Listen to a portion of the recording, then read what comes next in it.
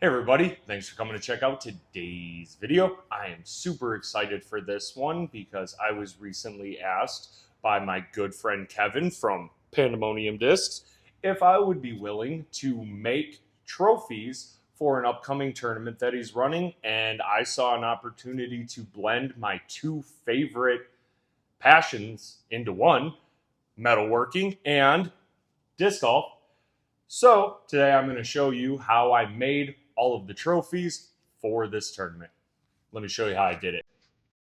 Alright, to start out this project, I am cutting all of the lengths of half-inch chain that I'm using for each individual trophy. I am making 20 of them. Don't worry, I'm not gonna sit and make you see every single step of every single one. And by the time I was done cutting all of these, I got a little frustrated, a little done cutting chain, so I had to let off a little steam by messing up my neat little rows that I had going on here.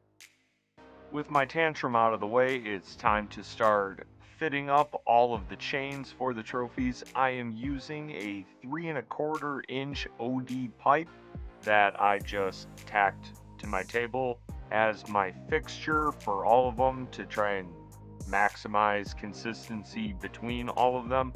I will wrap them all around the pipe each every time.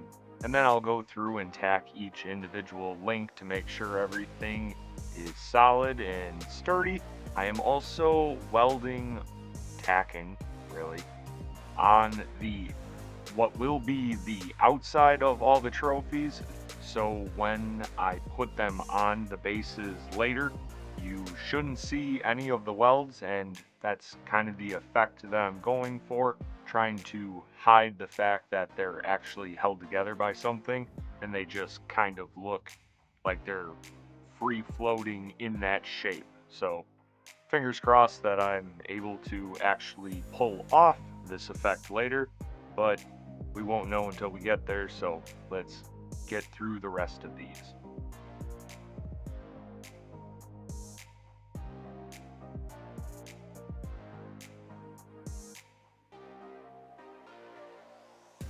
Alright, I'm just kidding. I'm not going to show you fitting up 19 more of these things. You get the point. I did want to show you how much fun it is to remove it from the fixture after I've welded it and everything has shrunk a little bit. And it's still piping hot, so it's slightly hard to get off of the pipe. I'm not going to make you sit and see all of them. So we're going to move on to actually adding the centerpiece, which is the little 1/4 inch panda head that a good friend of ours had burned out for us. I am using a 3/8 drop piece to lift up the little panda head so it sits at the back of the chain. I wanted it raised up so it wasn't just sitting in the middle. And don't tell nobody, but it was way easier to set it back the way that I did when I welded it on. And it kind of looks a little clean. So I'm very happy with how it's turning out so far. And look at this stack of all these little panda heads that I gotta put together. I'm not gonna make you see it, so we're gonna jump. Now they're all done.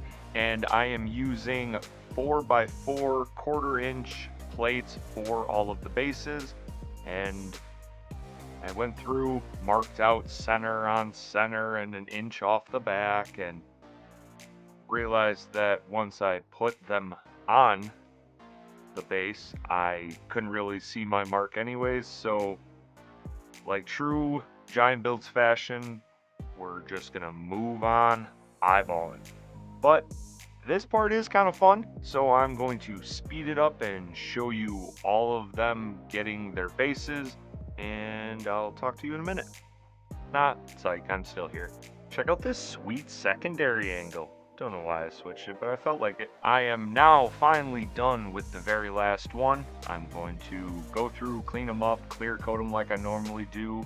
But then there is an additional step where I'm going to take them all over to my buddy Kevin's house, and we're going to get all of the final steps done. And once we achieve that, then I will show you some sweet B-roll.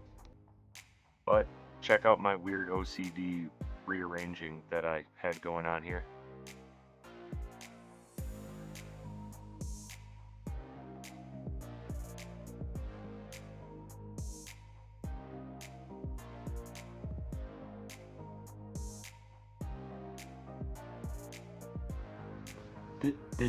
This one's the one I want. I'm gonna try and win this one.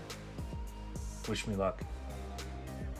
So unfortunately, yesterday I was unable to win the tournament and win my own trophy, and that's sad. But we did win advanced doubles today, so we still get to go home with some hardware. See you next time.